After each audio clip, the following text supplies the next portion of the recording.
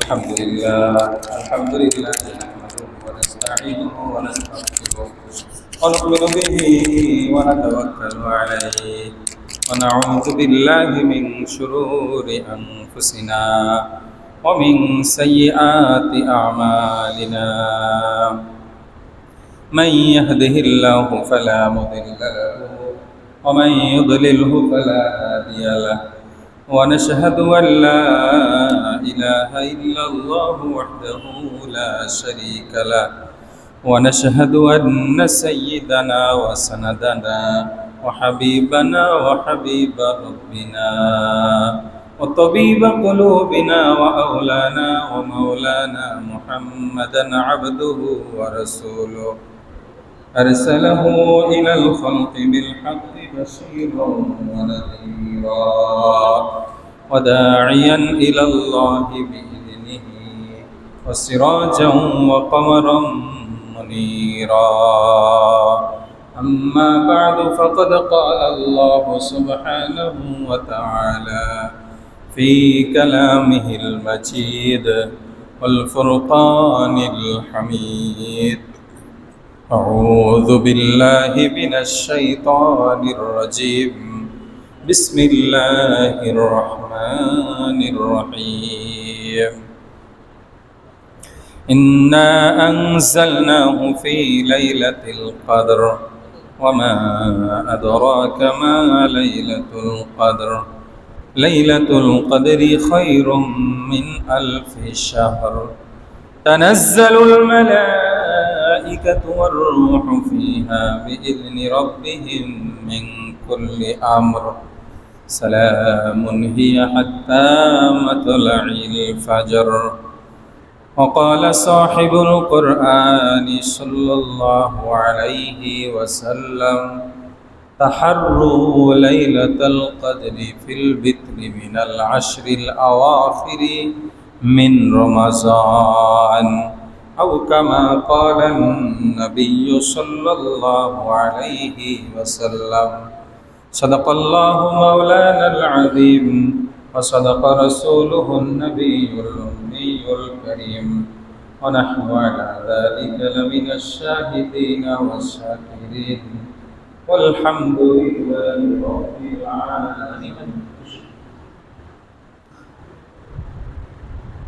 اللهم صل على سيدنا مولانا محمد وعلى آله وأصحابه وبارك وسلم يا رب صل وسلم دائما أبدا على حبيبك خير الخلق كلهم بلغ العلا بكماله كشف الدجى بجماله حسنت جميع خصاله صلوا عليه وآله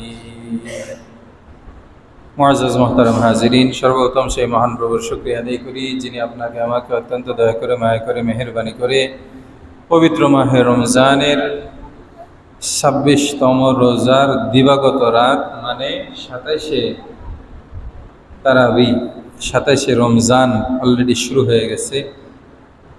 27শে রমজান তারাবির নামাজের আগ মুহূর্তে কিছু সময় দিনই আলোচনা করবার এবং শুনবার আমাদেরকে সুযোগ দিলেন। সেই মহান প্রভুর প্রতি অন্তঃস্থল থেকে কালিমাতুশ শুকর জবান খুলে ভক্তি সহকারে সমস্যারে উচ্চ কণ্ঠে আলহামদুলিল্লাহ। মাহে রমজানের ফজিলত সম্পর্কে আমরা গত কয়েক জুমা যাবত আলোচনা শুনেছি। মাহে রমজানের ফজিলত অপরিসীম। মাহে রমজানের ফজিলত আমরা যদি অর্জন না করতে পারি, আমাদের জন্য জিবরাইল আমিন বদদুয়া করে গেছেন, সেই বদদুয়ার সাথে বিশ্বনবী সাল্লাল্লাহু আলাইহি ওয়াসাল্লাম আমিন বলছেন। এজন্য এখান থেকে আমাদেরকে খুব সাবধানতা অবলম্বন করতে হবে।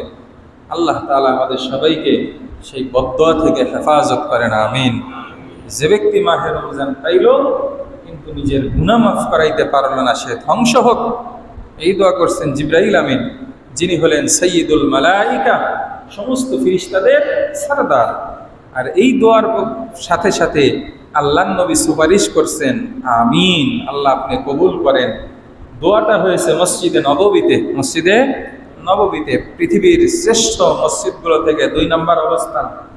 1 নম্বর মসজিদে হারাম বাইতুল্লাহ, 2 নম্বর হলো মসজিদে নববী, 3 নম্বর মসজিদে আকসা বাইতুল মুকদ্দিস, যেটা আমরা চিনি। আল্লাহ তাআলা আমাদের সবাইকে কবুল করেন, আমিন। আল্লাহ তাআলা আমাদের জানে ওয়ালে বরকত দান করেন, আমিন। যাই হোক, মাহে রমজানের এই লাইলাতুল কদর আল্লাহ তাআলা গত বছর অনেক মানুষকে নসিব করেছিলেন, কিন্তু এবছর তাদের নসিবে নাই। অনেকে কবরের পথের হয়ে গেছেন। এজন্য এবছর আমরা যারা পেয়েছি, আগামী বছর আস্তে আস্তে আমাদের মৃত্যুর সময় ঘনিয়ে আসতে পারে, মৃত্যু হয়তো আমাদের জন্য চলে আসতে পারে। এজন্য আমাদেরকে খুব সাবধানতার সাথে এবং খুব সতর্কতার সাথে এই মাহে রমজানের লাইলাতুল কদরকে আমাদেরকে উদযাপন করতে হবে। আল্লাহ পাক রব্বুল আলামিন আজকের এই পবিত্র রাতে, আজকের এই রহমতি বরকতি রাতে আল্লাহ তাআলা আমাদের সবাইকে সমস্ত ভুল ত্রুটি ক্ষমা করে দিয়ে আমাদেরকে আল্লাহ তাআলা পুত ও পবিত্র হওয়ার তৌফিক দান করেন, আমিন।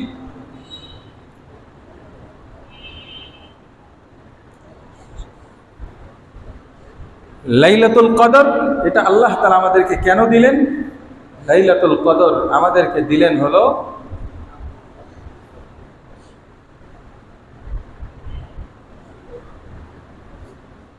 লাইলাতুল কদর আল্লাহ তাআলা আমাদেরকে দান করেছেন সাহাবায়ে কেরামের মনে রাখতে পেরেছে।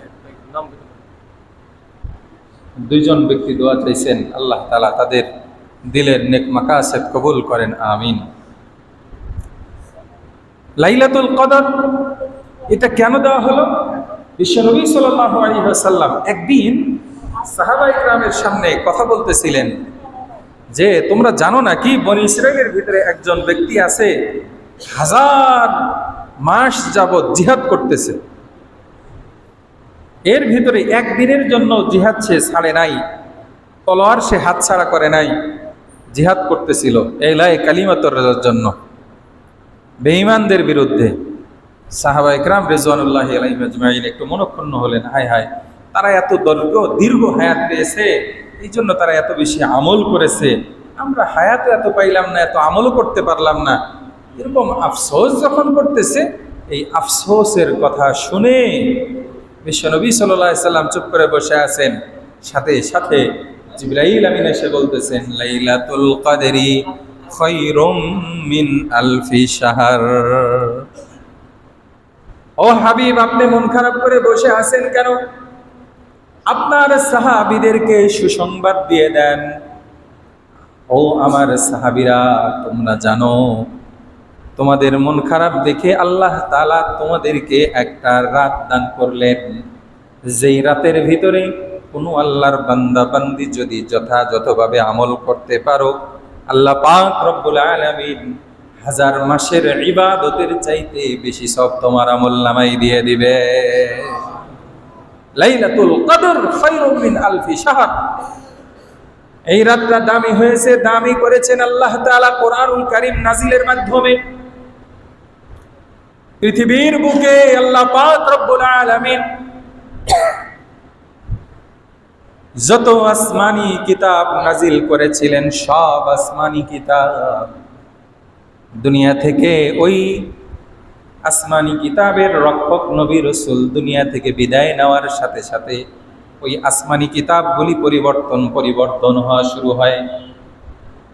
একমাত্র কিতাব, যেই কিতাবটা আল্লাহ তাআলা নাজিল করলেন, যেই কিতাবটা তার নবীর প্রিয় হাবিবের উপর নাজিল করলেন, এবং এটাকে রক্ষণাবেক্ষণের দায়িত্ব, এটা হেফাজতের দায়িত্ব আল্লাহ তাআলা স্বয়ং নিজ কুদরতি হাতে নিয়ে নিলেন। ইন্না নাহনু নাযালনা যিকরা ওয়া ইন্না লাহু লাহাফিজুন। আল্লাহ তাআলা কোরআনুল কারীমের ভিতরে ইরশাদ করেন, আমি আল্লাহ তাআলা কোরআনুল কারীম নাজিল করেছি এবং এটার হেফাজতের দায়িত্ব আমি আল্লাহ তাআলা নিজে তুলে নিয়েছি। এই জন্য লাইলাতুল কদর দামি হয়েছে যেই কিতাবটা আল্লাহ তাআলা স্বয়ং নিজ কুদরতে হাতে নিয়েছেন, যেটার দায়িত্ব এটা এই রাতে নাজিল হয়েছে। ইন্না আনজালনাহু ফি লাইলাতিল কদর। এই কোরআন মহাগ্রন্থ আল কোরআনুল কারীম, এটা আমি লাইলাতুল কদরে নাজিল করেছি। লাইলাতুল কদরি ওমা আদরাকা মা লাইলাতুল কদর। আল্লাহ তাআলা তার প্রিয় হাবিবকে প্রশ্ন করতেছেন, রাসূল আপনি জানেন নাকি লাইলাতুল কদরটা কি? আল্লাহ তাআলা নিজেই আবার উত্তর দিচ্ছেন, লাইলাতুল কদরি খায়রুম মিন আলফি শাহর। লাইলাতুল কদরটা 1000 মাসের চাইতে উত্তম। এই রাতে কি হয়? তানাজ্জালুল মালাইকাতু ওয়ার রূহ। জিবরাইল আলাইহিস সালামের নেতৃত্বে একদল ফেরেশতা লাইলাতুল কদর শুরু হওয়ার সাথে সাথে দুনিয়ার বুকে চলে আসেন। সুবহানাল্লাহ। যদি আজকে লাইলাতুল কদর হয়ে থাকে, অলরেডি মাগরিবের সময় চলে আসছে, কখন পর্যন্ত থাকবে? লাইলাতুল কদর শুরু হওয়ার সাথে সাথে আসেন আর থাকেন হলো হাত্তা মাতলাইল ফাজর। এই ফেরেশতা দল সবাই থাকেন হলো একদম ফজর পর্যন্ত। সুবহানাল্লাহ। সুবে সাদিক পর্যন্ত তারা অবস্থান করেন। তারা কি করেন? তানাজ্জালুল মালাইকাতু ওয়ার রূহ। তারা এসে সালামুন, তারা সালাম পেশ করেন, রহমত বরকতের দোয়া করতে থাকেন। হাদিসের মধ্যে আছে, ইজা কানাত লাইলাতুল কদরি নাযালাতিল জিবরিল ফি মাবকাতিল মালাইকা কাবকাবাতিল মালাইকা। হযরত জিবরাইল আলাইহিস সালাম নেমে আসেন এবং ফেরেশতাদের দলের ভিতরে তারা মানুষের উপর রহমত বর্ষণ করতে থাকেন, রহমতের দোয়া করতে থাকেন। আলা কুল্লি কাইমিন আও কাঈদিন। যারা নামাজরত অবস্থায় আছে তাদের জন্য দোয়া করতে থাকেন। যারা বসে বসে জিকির আজকার করতেছেন, কোরআন তেলাওয়াত করতেছেন, তাদের জন্য রহমতের দোয়া করতে থাকে। একদম ফজর পর্যন্ত এই দোয়াটা অব্যাহত থাকে। এই জন্য লাইলাতুল কদর অত্যন্ত দামি রাত। লাইলাতুল কদর, লাইলাতুন এটা আরবি শব্দ, লাইলাতুন মানে হলো নাইট, রাত। রাত হলো বাংলা, লাইলাতুন হলো কি আরবি। কদর মানে, কদরের অর্থ দুইটা, একটা হলো আজমত, সম্মান। লাইলাতুল কদর মানে সম্মানের রাত। তার মানে যারা এই রাতে ইবাদত বন্দেগী করে, আল্লাহ তাআলা তাদের মর্যাদাটাকে, তাদের আজমতটাকে বৃদ্ধি করে দেন। সুবহানাল্লাহ। কদরের শব্দের আর একটা অর্থ হলো তাকদীর, ভাগ্য। কদর মানে তাকদীর মানে ভাগ্য। তার মানে সারা বছর কার ভাগ্যে কি আছে এটা তো লেখা হয়েছে আমাদের তৈরির আগে, আসমান জমিনের সৃষ্টির আগে। কেননা আল্লাহ তাআলা সর্বপ্রথম কি তৈরি করেছেন বলেন? কলম। সর্বপ্রথম আল্লাহ সৃষ্টি কি বলেন? সর্বপ্রথম সৃষ্টি করেছেন কলম। সৃষ্টি করে বলতেছে উক্তুব ইয়া কলম, কলম তুমি লেখা শুরু করো। আল্লাহকে বলতেছে মাযা আকতুবু, কি লিখবো আল্লাহ? এবার আল্লাহ তাআলা বলতেছে তাকদীর, আমার বান্দাদের তকদির লেখো, ভাগ্য লেখো। সুবহানাল্লাহ। তার মানে আমার আপনার জীবনে কি ঘটবে না ঘটবে সব লেখা হয়ে গেছে। কিন্তু এখানে কিছু বিষয় আছে, অনেক ফিরকা আছে, অনেক দল আছে। কথা বুঝাইছে? একটা দল আছে মধ্যপ্রাচ্যে এক সময় ছিল, এখনো সেই দলের কিছু লোক আমাদের সমাজেও আছে, আমাদের দেশেও আছে। তাদের বক্তব্য হলো, যেহেতু তকদির আল্লাহ তাআলা আগেই লিখে রাখছেন, তার মানে বান্দা হলো এটা আমার চেষ্টা করলেও যা হবে, না করলেও তা হবে। এই জন্য আমাদের কিছু করার নাই। আমরা গুনাহ করলেও এটা ওই তকদিরের কারণেই হয়েছে, নেকামল করলেও তকদিরের কারণেই হয়েছে, আল্লাহ মানলেও তকদিরের কারণে হয়েছে, না মানলেও তকদিরের কারণেই হয়েছে। তারা মানুষদেরকে একটা জড় পদার্থের মতো মনে করে। নাউজুবিল্লাহ। এই আকীদা এবং বিশ্বাস এটা কি না, ঠিক না। কথা বুঝে আইছে? তাকদীর দুই প্রকার। কয় প্রকার? দুই প্রকার। এক প্রকার তাকদীর হলো যেটা আল্লাহ তাআলা একদম ফিক্সড করেছেন, যেটা পরিবর্তনের ক্ষমতা কারো নাই। যেরকম কার মৃত্যু কখন হবে এটা কারো হাতে নাই, কার রিজিক কোথায় আছে, কতদিন আছে, কোন টাইম পর্যন্ত আছে, এটা কারো হাতে নাই। কথা বুঝে আইছে? এটা বোঝার জন্য অন্য কারো কাছে যাওয়া লাগবে না, আপনি এটার জ্বলন্ত সাক্ষী, রাজ সাক্ষী। আপনি ফিকির করে দেখেন, জীবনে এমন ঘটনা ঘটে নাই যে আপনি একটা জায়গায় যাচ্ছেন, হঠাৎ করে আপনার চিন্তাও নাই, এমন জায়গা থেকে এমন একটা খাবারের ব্যবস্থা হয়েছে যেটা আপনি কল্পনাও করেন নাই। এরকম হয় না অনেক সময়? আবার অনেক পছন্দ করে বাজার থেকে একটা খাবার আপনি খরিদ করে নিয়ে আসছেন, মাছ সুন্দর পছন্দের একটা কিনে নিয়ে আসছেন, গোশত কিনে নিয়ে আসছেন, মোট কথা যে কোনো খাদ্যদ্রব্য কিনে নিয়ে আসছেন, কিন্তু ঘটনাক্রমে ওটা আপনার খাওয়া হয় নাই। যে কোনো ঘটনার চক্রে পড়ে আপনি এটা খেতে পারেন নাই, এমন হয় না? এরকম অসংখ্যবার হয়। তার মানে রিজিকের ফায়সালা কোথায় থেকে হয়? আসমান থেকে হয়। অফিস সামাই রিজকুকুম। ও বান্দা, তুমি মনে করতেছো তোমার চাকরিতে রিজিক, তুমি মনে করতেছো তোমার ব্যবসায় রিজিক, তুমি মনে করতেছো তোমার কৃষি জমিতে রিজিক। না, এখানে কোথাও রিজিক নাই। মূল রিজিকের ফায়সালা কোথায় থেকে হয়? আসমান থেকে হয়। তবে তোমার দায়িত্ব হলো চেষ্টা অব্যাহত রাখা, আর রিজিকের ফায়সালা আমি আল্লাহর হাতে, এটার উপর চূড়ান্ত পর্যায়ের বিশ্বাস রাখা। বিশ্বাস আছে না আমাদের? যদি কমতি থাকে বিশ্বাসটা নবায়ন করে নেন। সেটা হলো আমরা শুধুমাত্র চেষ্টা করতে পারবো, কিন্তু ফল দেওয়ার মালিককে আল্লাহ। কৃষি জমিতে আমরা ছোটবেলায় দেখেছি একজন খুব ভালো মতে হাল চাষ সব দিক দিয়ে খুব ভালো করতেছে, কিন্তু হঠাৎ করে আমাদের সিরাজগঞ্জের আঞ্চলিক ভাষায় বলে ধানে তাওয়া পড়ে। মানে তাওয়া পড়ে মানে হলো, মানে ভেঙে বললে বুঝবেন যে ধান সুন্দর মতো হয়েছে, কিন্তু কিছু কিছু জায়গায় ধান পুড়ে গেছে। ওখানে ধান আর মানে বড়ও হয় নাই, ফলেও নাই, ওখানে লাল লাল হয়ে ওখানে নষ্ট হয়ে গেছে। এরকম অনেক সময় হয় না? অথচ সে সব ঠিক করেছিল, কিন্তু আল্লাহ চায় নাই, এই জন্য ওখানে নষ্ট হয়ে গেছে। আবার কিছু মানুষ আছে তেমন যত্ন নেয় নাই, কিন্তু অনেক বেশি ফলন আল্লাহ তাআলা দান করেছেন। এর মাধ্যমে বোঝা যায় যে রিজিক কোথায় থেকে হয়? আসমান থেকে হয়।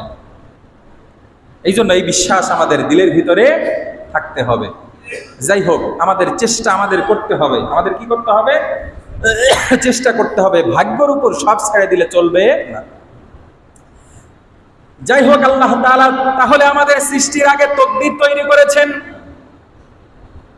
এই তাকদীর যেই সমস্ত ফেরেশতাদের হাতে বন্টন দায়িত্ব দেওয়া আছে, আমি আর আপনি কয় ফোঁটা পানি পান করব, কয় গ্লাস পানি পান করব, কতটুকু খাবার আহার গ্রহণ করব, এই সারা বছরের আমার আপনার খাবারের দায়িত্ব, আমার আপনার অক্সিজেনের দায়িত্বে, আমার আপনার রিজিকের দায়িত্বে যে যেখানে নিয়োজিত আছে, আল্লাহ পাক রব্বুল আলামিন আজকের রাত্রে ওই সমস্ত দায়িত্বরত ফেরেশতাদের হাতে বন্টন করে দিবেন।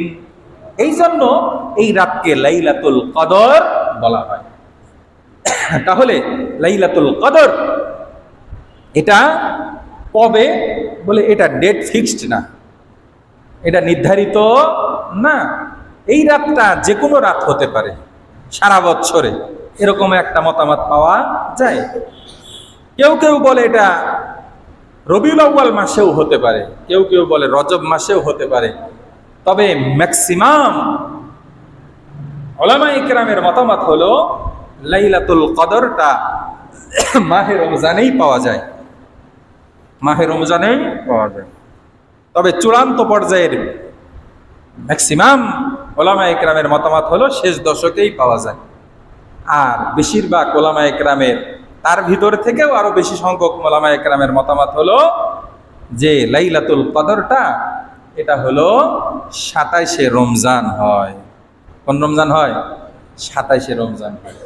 এই জন্য 27শে রমজান এটা লাইলাতুল কদর হওয়া নিশ্চিত নাকি জোরালো সম্ভাবনা আছে, লাইলাতুল কদর হওয়ার জোরালো সম্ভাবনা আছে। লাইলাতুল কদরের যেই সমস্ত নির্দেশনা পাওয়া যায় সেটা হলো লাইলাতুল কদর যেই রাতে হবে সেই রাত আকাশটা মেঘলা থাকে, পরের দিন সকালে হালকা একটু বৃষ্টি হয়, সারাদিন ঠান্ডা ঠান্ডা যায়, রহমতের একটা আবহ তৈরি হয়ে যায়। সুবহানাল্লাহ। তবে হওয়াই যে লাগবে তাও না, এর ব্যতিক্রম হতে পারে। কেন? আল্লাহ তাআলা তো যা খুশি তাই করতে পারেন, ফাআলুল লিমা ইউরিদ। আল্লাহ তাআলা চাইলে এর ব্যতিক্রম হতে পারে। তবে লাইলাতুল কদর বলতে যে রাত আছে এ ব্যাপারে কোনো সন্দেহের অবকাশ নাই। কেউ যদি এমন সন্দেহ প্রকাশ করে তার ঈমান নিয়ে ঝামেলা হয়ে যাবে। কেন? এটা কোরআন দ্বারা সাবেত লাইলাতুল কদর আছে। লাইলাতুল কদর হাজার মাসের চাইতে শ্রেষ্ঠ। এই লাইলাতুল কদর নির্ধারিত না করে দেওয়ার একটা কারণ আছে।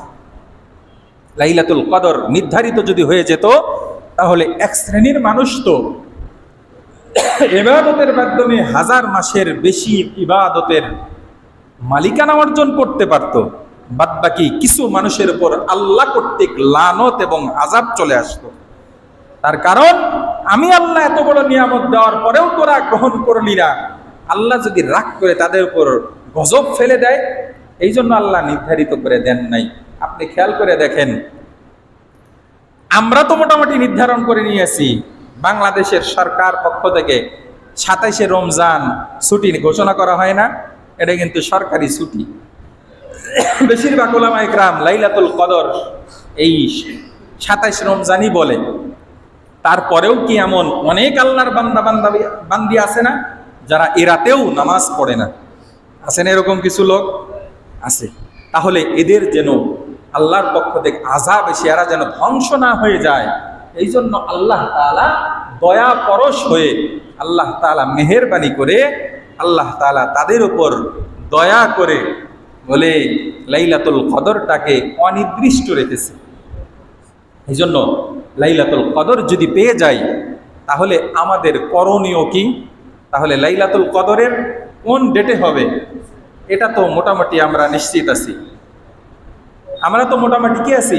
নিশ্চিত আছি যে লাইলাতুল কদরটা মাহে রমজানেই হবে, মাহে রমজানের শেষ দশকে হবে। শেষ দশকে হবে এটা আমাদের একটা দলিল আছে। সেটা কি? বিশ্বনবী সাল্লাল্লাহু আলাইহি ওয়াসাল্লাম ঘোষণা করেছেন, তাহাররু লাইলাতুল কদরি ফিল বিত্রি মিনাল আশরিল আওয়াখিরি রমাজান। ও আমার বান্দারা, আল্লাহর নবী তার পাক জবানের ইরশাদ করেন, ও আমার উম্মতেরা রে, লাইলাতুল কদর তোমরা যদি তালাশ করো, তোমাদের তালাশ করার জন্য বলতেছি মাহে রমজানের শেষ দশকের বেজর রাতগুলিতে তোমরা লাইলাতুল কদর তালাশ করো। লাইলাতুল কদর শেষ দশকের ভিতরে তোমরা তালাশ করলে আশা করা যায় তোমরা লাইলাতুল কদর পেয়ে যাবে। এই জন্য লাইলাতুল কদর দশক হলো শেষ দশক, অলরেডি দুইটা আমরা তিনটা আদায় করে ফেলেছি, 21, 23 এবং 25। আজকে 27তম রজনী, আর একটা রজনী আছে, 29তম রজনী সামনে আছে। এই জন্য আজকের রাত যেহেতু বেশিরভাগ উলামায়ে কেরাম আজকের রাতে লাইলাতুল কদর হতে পারে বলে ঘোষণা করেছেন, মতামত ব্যক্ত করেছেন এবং তাদের তাজরবা এবং অভিজ্ঞতার আলোকে শেয়ার করেছেন যে আমাদের জীবনে লাইলাতুল কদর আমরা শেষ দশকের 27তম তারিখেই পেয়েছি। এই জন্য ধরে নেওয়া যায় আজকের রাতেই হয়তো লাইলাতুল কদর হতে পারে। এই জন্য আমাদের চেষ্টা থাকবে আমরা ইনশাআল্লাহ সারা রাত ইবাদতের মাধ্যমে কাটিয়ে দিয়ে সাহরি খেয়ে তারপরে ফজরের নামাজ জামাতে আদায় করে বাসায় গিয়ে নাক ডেকে একটা ঘুম দিবেন। সকাল 8টা, 9টা, 10টা যতক্ষণ লাগে ঘুমাইয়া আবার ঘুম থেকে উঠে ফ্রেশ হয়ে গোসল টোসল করে সুন্দর মতে আবারও ইবাদতে লেগে যাবেন। ঠিক আছে না ইনশাআল্লাহ? কত রাত আপনাদের ভিতরে যারা ডিউটি করে, নাইট ডিউটি করে এমন লোক আছে না? আপনার এক সপ্তাহ ডে, এক সপ্তাহ নাইট, 15 দিন ডে, 15 দিন নাইট, এরকম অনেকে ডিউটি করে। তার মানে আপনি দুনিয়ার জন্য সারা রাত জাগতেছেন, মাসের পর মাস, দিনের পর দিন। আপনি আখিরাতে দামি হওয়ার জন্য সারা বছরে 2, 4, 5টা রাত যদি জাগতে না পারেন, আল্লাহর কাছ থেকে সেই চির সুখের ঠিকানা জান্নাত কেমনে আশা করবেন? এজন্য আসুন আজকের রাতটা কমপক্ষে আমরা সারা রাত জাগার মতো হিম্মত দিলে দিলে তৈরি করি, ঠিক আছে না ইনশাআল্লাহ? হ্যাঁ, সারা রাত জাগবো ইনশাআল্লাহ। যদি জাগতে পারি তাহলে এই রাতটাই হতে পারে কাল কিয়ামতের ময়দানে আমার আপনার জন্য নাজাতের জরিয়া হতে পারে ইনশাআল্লাহ। লাইলাতুল কদর পেয়ে গেলে আমাদের কি করণীয়? যেই হাদিসটা আপনাদেরকে শোনাইলাম, এই হাদিসটা riwayat করেছেন আম্মা জান আয়েশা সিদ্দিকা রাদিয়াল্লাহু তাআলা আনহা। উনি এই হাদিস শোনার পরে আল্লাহর নবীকে জিজ্ঞাসা করলেন, ইয়া রাসূলুল্লাহ, লাইলাতুল কদর যদি পেয়ে যাই তাহলে আমরা কি করব? আল্লাহর নবী বলে দিলেন, লাইলাতুল কদর যদি তোমরা পেয়ে যাও তাহলে লাইলাতুল কদরে তোমরা আল্লাহ তাআলার কাছে একটা দোয়া করবে। আরবিতে এমন দোয়া করবে, আল্লাহুম্মা, আমার সাথে সবাই পড়েন, আল্লাহুম্মা ইন্নাকা আফুউন তুহিব্বুল আফওয়া ফাফু আন্নি। আল্লাহুম্মা ইন্নাকা আফুউন তুহিব্বুল আফওয়া ফাফু আন্নি। অর্থটা চমৎকার। আল্লাহুম্মা ইন্নাকা আফুউন কারীম, আয় আল্লাহ তাআলা, আপনি সবচাইতে বড় দয়ালু, সবচাইতে বড় ক্ষমাশীল, সুবহানাল্লাহ, এবং ক্ষমা করাকে আপনি খুব বেশি পছন্দ করেন। ফাফু আন্নি, তাই আপনি আমার সব গুনাহ খাতা মাফ করে দেন, সুবহানাল্লাহ। কথা বুঝেন নাই? আল্লাহ তাআলার ক্ষমা করার গুণটা আপনি নিজ জবানে বলে দিলেন এবং ক্ষমা করা যে আল্লাহ পছন্দ করে এটাও বলে দিলেন, তারপরেই বলতেছেন আপনি ক্ষমা করে দেন। কথা বুঝেন নাই? অনেক সাধারণ যারা দরিদ্র আছে, কথা বুঝে এসে অনেক ফকির মিসকিন আছে, এসে সেরা সুন্দরভাবে বলে, ভাই আপনি তো অনেক দানবীর, আমি জানি আপনি অনেক দান করেন, এটা আমি জানি, আপনি তো এর আগেও আমাকে দিয়েছেন, আপনি দান করাকে খুব পছন্দ করেন, আমি এই বিপদে আছি, আমাকে একটু দান করেন না। কি বলেন? এভাবে যদি কেউ বলে তাহলে সাধারণ যে মানুষ আছে তার মনটাও নরম হয়ে যায় না? কেরে, তাকে আমি কত বছর আগে দান করেছিলাম, সে এখনো ভুলে নাই, আমার সেই দানের কথা এখনো স্মরণ রাখছে, আমি যে অন্যদেরকেও দান করি সেটাও সে স্বীকার করেছে, তারপরে বলতেছে আমাকে দান করেন। তাহলে সে অটোমেটিকলি তার উপর যেরকম দয়া পরশ হয়ে যায়, আমি আর আপনি যখন আল্লাহর ক্ষমা করা গুণকে নিজ জবানে স্বীকার করব, আল্লাহ তাআলা অবশ্যই আমার আপনার দোয়া কবুল করে আমার আপনার জিন্দেগীর সব গুনাহ মাফ করে দিবেন ইনশাআল্লাহ। এই জন্য আল্লাহর কাছে আজকের রাতে বেশি বেশি দোয়া করব, বেশি বেশি আল্লাহর কাছ থেকে ক্ষমা চাবো। ক্ষমা যদি নিতে পারি আমার জীবনটা সোনায় সোহাগা হয়ে যাবে। কথা বুঝে আইছে? আমার আপনার অনেকের দিলের ভিতরে এমন কাজ করে, অনেক সময় অনেকে এসে বলে, হুজুর আমার এই বিপদটা কেন হলো? আমি তো আমার কোনো অপরাধ খুঁজে পাই না, আমি তো কোনো অপরাধ এমন অপরাধ করি নাই যার কারণে আমার এটা হয়েছে। আহারে, আমি আর আপনি কোনটা অপরাধ এটা বুঝিই না। কি বলেন? আল্লাহর নবী বলেছেন, কুল্লু বনি আদম খাত্তাউন, প্রত্যেক বনি আদম ভুলকারী। আর আমি আর আপনি নিজের ব্যাপারে আমি ফায়সালা দিচ্ছি আমি তেমন কোনো অপরাধ করি নাই। এটা হলো সবচাইতে বড় শয়তানের ধোঁকা। শয়তানের সবচাইতে বড় কি ধোঁকা? যে আমি নিরপরাধ। আল্লাহর নবী বলতেছেন, আল্লাহর নবী জিন্দেগিতে এক দুইটা মিথ্যা বলছে, নাউজুবিল্লাহ, একটাও মিথ্যা উনি সারা জীবনে একবারও বলেন নাই।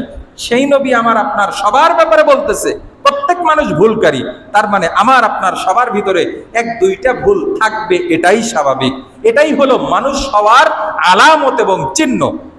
ভুল মুক্ত দুই শ্রেণীর। ভুল মুক্ত কয় শ্রেণী? দুই শ্রেণী। একটা হলো নাবালেগ আর একটা হলো পাগল। মানুষের ভিতরে ভুল মুক্ত কয় শ্রেণী? দুই শ্রেণী। সবাই বলেন, বোঝেন নাই মনে হয়। কয় শ্রেণী ভুল মুক্ত? এক শ্রেণী হলো নাবালেগ নাবালেগা, অপ্রাপ্ত বয়স্ক বাচ্চা বাচ্চি, আর হলো পাগল। আর হলো কি? পাগল। এছাড়া যারা সুস্থ মস্তিষ্কওয়ালা এবং আকেল বালেগ, যারা প্রাপ্ত বয়স্ক বয়স্কা, প্রত্যেকেই ভুলকারী, প্রত্যেকের ভিতরে কম বেশি ভুল আছে।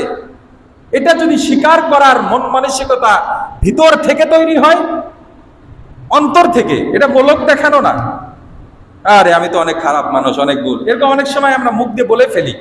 এটা মুখের বলা হতে হবে না, কওলুল ফাম হলে চলবে না, কওলুল কলব হতে হবে। কওলুল ফাম মানে মুখের বলা, ফামুন মানে মুখ, কওলুল ফাম মানে মুখের বলা, কথার কথা বলে ফেলা। আর একটা হলো কওলুল কলব, অন্তর থেকে বলা, হৃদয় নিংড়ানো কথা, যে আমি আসলেই অনেক খারাপ, আমি আসলেই অনেক ভুলকারী। এরকম অনুভূতি, এরকম মন মানসিকতা যদি দিলের ভিতর থেকে তৈরি হয়, বুঝতে হবে আপনার প্রতি আল্লাহর সুদৃষ্টি আছে। কথা বুঝে আইছে? আল্লাহর কাছে যারা একদম দিল থেকে সারেন্ডার করে, দিল থেকে আত্মসমর্পণ করে, দিল থেকে আল্লাহর কাছে নিজেকে অসহায় হিসেবে পেশ করে, আল্লাহ তাআলা তার উপর তত বেশি খুশি হয়ে যান। সুবহানাল্লাহ। কথা বুঝে আইছে? এই জন্য আজকের রাতে নিজেকে সবচেয়ে বড় খারাপ মনে করো। বুঝেন নাই? সবচেয়ে বড় খারাপ নিজেকে মনে করো। হযরত আবুল হাসান মজজুব রহমতুল্লাহি আলাইহি, হাকিমুল উম্মত, মুজাদ্দিদুল মিল্লাত হযরত শাহ আশরাফ আলী থানভী রহমতুল্লাহি আলাইহির বিশিষ্ট খলিফা।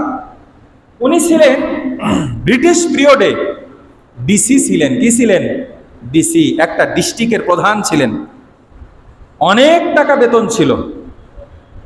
কথা বুঝে এসে সেই টাইমে উনি হাকিমুল উম্মতের কাছে গিয়ে মুরিদ হলেন। তা হাকিমুল উম্মতের কাছে গিয়ে মুরিদ হওয়ার পরে হাকিমুল উম্মত রহমাতুল্লাহি আলাইহির কাছে কে মুরিদ হতে গেলে বলতেন যে, বাবা তুমি যদি আমার কাছে নিজের সম্পদ বানানোর জন্য এসে থাকো তাহলে হবে না, তুমি যদি অনেক বড় কিছু হতে চাও দুনিয়াতে তাহলে হবে না, আমার কাছে আসলে তোমাকে নাম মানুষকে আসল মানুষ হতে হবে। কি মানুষকে? নামকে ওয়াস্তে মানুষকে আসল মানুষ হতে হবে। সেটা হলো গুনাহমুক্ত জিন্দেগি যাপন করতে হবে, আল্লাহওয়ালা জিন্দেগি যাপন করতে হবে। কথা বুঝে এসে এরকম যখন ওনার উপর মেহনত হয়েছে, মেহনত হওয়ার পরে উনি একদিন ফিকির করতেছে, যা বলতেছে, হুজুর আমার তো একটা বহুত বড় সমস্যা। কি সমস্যা? বলে, আমি যখন মানুষকে নিয়ে ফিকির করি তখন আমার দিলের ভিতরে তৈরি হয় যে আমি আবুল হাসান মজজুব সবচাইতে বেশি খারাপ, আমার দৃষ্টিতে আমার সে খারাপ মানুষ আমি খুঁজে পাই না। আল্লাহু আকবার। এই কথা যখন উনি আশরাফ আলী থানভী রহমতুল্লাহ আলাইহিকে বলতেছে, আশরাফ আলী থানভী রহমতুল্লাহ আলাইহি বলতেছে, বাবা তোমার দিলের ভিতরে যেটা আসে, আল্লাহি ওই আল্লাহর কসম, আমিও যখন তোমাদেরকে সামনে নিয়ে বসি অথবা সাধারণ মানুষের ভিতরে চলাফেরা করি, আমাকেও, কাকে? আমাকেও একজন মুমিন থেকে সব সময় ফিলহাল মানে ওই অবস্থাতে, মানে তখনই আমার চাইতে ভালো মনে হয় আর আমাকে তার চেয়ে খারাপ মনে হয়। আর আখের আঞ্জামের দিকে খেয়াল করে একজন কাফের মুশরিক বেঈমানকে আমার চেয়ে ভালো মনে হয় আর আমাকে তার চেয়ে খারাপ মনে হয়। কেমনে? বলে, যার ভিতরে ঈমান আছে সে তো আমার চেয়ে ভালো মানুষ, কেননা আমার ঈমানে কমতি থাকতে পারে, তার ঈমান হয়তো আল্লাহর কাছে কবুল হয়ে গেছে। আর কাফের মুশরিক, তাকে কেন ভালো মনে হয়? বলে, কাফের মুশরিক এরা তো হলো, কাফের মুশরিক যারা আছে এরা তো এখন কাফের মুশরিক, হতে পারে মৃত্যুর আগে আল্লাহ তাআলা তাদেরকে ঈমান দিয়ে নিজের প্রিয় বান্দা বানায়া জান্নাত দিয়ে দিল, আর মৃত্যুর আগে আমার জন্য আল্লাহ তাআলা জাহান্নাম রেডি করে দিল। আমার মৃত্যুটা ঈমান হারা হয়ে গেল, তাহলে তো আমি জাহান্নামী হয়ে যাব। এই দৃষ্টিকোণ থেকে আমি নিজেকে খারাপ মনে করি। আমি নিজেকে কি মনে করি? খারাপ মনে করি। কথা বুঝে আইছে? এই জন্য আমার আপনার জিন্দিগির আজকের দিনে নিজেকে সবচেয়ে ছোট মনে করব। নিজেকে যে ছোট বলে, নিজেকে যে বড় বলে, বড় সেই নয়। লোকে যাকে বড় বলে বড় সেই হয়, এটাও কিন্তু একটা ভুল। লোকে যাকে বড় বলে বড় সেই নয়, আল্লাহ যাকে বড় বলে বড় সেই হয়। কথা বলেন ঠিক কিনা? লোকে আপনাকে অনেক বড় বলছে। এ ব্যাপারে থানভী রহমতুল্লাহি আলাইহির একটা ঘটনা আছে, যে এই বিপদে আছি আমরা, ইমাম সাহেব, খতিব সাহেব, আমরা যারা আছি, আমরা আলেম ওলামা যারা, আমরা আমাদেরকে তো সাধারণ মানুষ অনেক সময় অনেক বড় কিছু মনে করে ফেলে। কথা বুঝে আইছে? আপনারা যারা নিয়মিত 5 ওয়াক্ত নামাজি, আপনারাই বিপদে আছেন। সেটা কেমনে? আপনাকে লোক সব ভালো বলতেছে, আশরাফ আলী থানভী রহমতুল্লাহি আলাইহি একটা ঘটনা নিয়ে আসছেন কিতাবের ভিতরে। মুসলমানের হাসি নামক একটা বই আছে, এই বইয়ের ভিতরে ঘটনাটা আসছে। কথা বুঝে আইছে? এর ভিতরে কি ঘটনা বলে, এক লোক বাজারে গরু নিয়ে গেছে। কি গরু? গাভী। সে অনেক খাবার খাওয়ায়, সারাদিন মিলে 1 কেজি দুধও দেয় না, কিন্তু গরুটা খুব হুষ্টপুষ্ট। বাজার নিয়ে গেছে, বিক্রি করতে পারে নাই, ফিরে নিয়ে আসছে। পরের দিন এক দালাল ধরছে, গরুর দালাল। দালালকে বলতেছে, ভাই আমি তো গত হাটে গরু বিক্রি করতে পারি না, এই হাটে একটু বিক্রি করে দিন। বলে আচ্ছা ঠিক আছে। গটের হাটে যখন নিয়ে গেছে, নিয়ে যাওয়ার পরে বলতেছে, আমি বিক্রি করব, আপনি কোনো কথা বলবেন না, আপনি শুধু চুপ করে দাঁড়ায় থাকবেন, আমি যেমনে পারি বিক্রি করে চলে আসবো। এখন দাঁড়াইছে, দাঁড়ানোর পরে লোকজন আসে, আসার পরে বলতেছে, এই যে গরু দেখতেছেন, এই গরুটা অত্যন্ত সুন্দর, সকালবেলা 30 কেজি দুধ দেয়, বিকালবেলা 20 কেজি দুধ দেয়। বিশ্বাস না হলে আপনার সাথে আমি বাড়িতে যাব, কালকে দহন করে আসব, আমার কোনো টেনশন নাই। কথা বুঝেন নাই? গরুর দালাল, আল্লাহ না করুক কেউ যদি এখানে থাকে মাইন্ড করেন না, এরা আবার খুব চতুর হয়, এরা বাপ বেটা ভাই হয়। বাবা এসে ভাইকে, ছেলেকে বলে, ভাই আপনার গরুর দাম কত? ছেলে এসে বাবাকে বলে, ভাই গরুর দাম কত? কথা বুঝে আইছে? এরকম এদের ঘটনা ঘটে। যাই হোক, অনেকভাবে সিস্টেম করে যখন বিশ্বাস করাইছে এক ক্রেতাকে, ক্রেতা তো পাগল হয়ে গেছে, বলছে হ্যাঁ গরু নিবো। এটা বলে যা বাজার মূল্য তার চেয়ে বেশি চড়া মূল্যে দাম বলছে। গরুওয়ালা এবার বলতেছে, না গরু বিক্রি করব না। কি বলে? গরু বিক্রি করব না। এইবার অনেকবার পিড়াপিড়ি করতেছে, না দেশে না, অনেক দাম বেশি হয়েছে, এবার গরু বিক্রি করবেন না। পরে না, আমি গরু বিক্রি করবো না, গরু বাসায় নিয়ে যাবো। গরু যখন ফিরে নিয়ে আসতেছে, এইবার তো আপনার দালাল খুব খেপে গেছে, বলতেছে, আপনি গরু বিক্রি করবেন না কেন? গরু লোকে সকালবেলা 30 কেজি দুধ দেয়, বিকালবেলা 20 কেজি দুধ দেয়, এই গরু আমি কেন বিক্রি করব? কথাটা বুঝেন নাই? তার মানে আমাকে আপনাকে অনেকেই ভালো বলতেছে, আরে ভাই আমি কি আপনাকে আর 10 জন না জানলেও আমি আর আপনি তো ঠিকই জানি। ঠিক আছে না? সাহিবুদ্দারি ইয়াদরি মা ফিহি, বাড়িওয়ালাই তো জানে তার বাড়িতে কি আছে। কথা বুঝেন নাই? আমার বাড়িতে আমি কি লুকায় রাখছি আমি জানি, আপনি না জানলে কি হবে? আমার ভিতরে কোন অপরাধ আছে, কোন গুনাহের অভ্যাস আছে, আর কেউ না জানলে আমি তো জানি। লোকে আমাকে হাজী সাহেব বললো, লোকে আমাকে ইমাম সাহেব বললো, লোকে আমাকে খতিব সাহেব বললো, লোকে আমাকে মজ্জিন সাহেব বললো, লোকে আমাকে নামাজি বললো, লোকে আমাকে অনেক ভালো কিছু বললো। এই ভালো কোনো ফায়দা হবে না যদি ভিতরটা ভালো আমার না হয়। কথা বুঝাইছে? আমি ইমাম সাহেব, এই সার্টিফিকেট দিয়ে কিয়ামতের ময়দানে নাজাত পাওয়ার অপশন নাই। কিয়ামতে নাজাত পেতে হলে আমল ভালো থাকতে হবে। বহুত বড় আলেম, ফায়দা নাই। বহুত বড় মুবাল্লিগ, ফায়দা নাই। বহুত বড় অনেক কিছু, ফায়দা নাই। আসল ফায়দা হবে দিলটা, ভিতরটা ঠিক করতে হবে। ঠিক আছে না ইনশাআল্লাহ? আল্লাহ তাআলা আমাদের সবাইকে পরিশুদ্ধ দিলওয়ালা হিসেবে কবুল করেন, আমিন। আল্লাহ তাআলা আমাদের সবাইকে পরিশুদ্ধ দিল, আল্লাহ তাআলা কলবুন সালিম, আল্লাহ তাআলা আমাদের সবাইকে নসিব করেন, আমিন। আল্লাহ তাআলা আমাদের সবাইকে কলবে সালিম দান করেন, আমিন। আল্লাহ তাআলা আমাদের সবাইকে কলবে সালিম দান করেন, আমিন। সুস্থ হৃদয় দান করেন, আমিন। আল্লাহর নবী বলেন, আলা ইন্না ফিল জাসাদিল মুযগা, সাবধান, তোমাদের প্রত্যেকের ভিতরে একটা গোশতের টুকরা আছে। ইদা সলুহাত সলুহাল জাসাদু কুল্লু, এই গোশতের টুকরা যখন ভালো হবে সব ভালো হবে। ওয়া ইদা ফাসাদাত ফাসাদাতিল জাসাদু কুল্লু, এই কলব যখন খারাপ হয়ে যাবে সব খারাপ হয়ে যাবে। আলা ওয়াহিয়াল কলব, সেটা হলো তোমাদের অন্তর, সেটা হলো তোমাদের অন্তর। আল্লাহ তাআলা আমাদের সবাইকে কলব ঠিক করে, দিল ঠিক করে আমাদের সহি শুদ্ধ জিন্দেগি দান করেন, আমিন।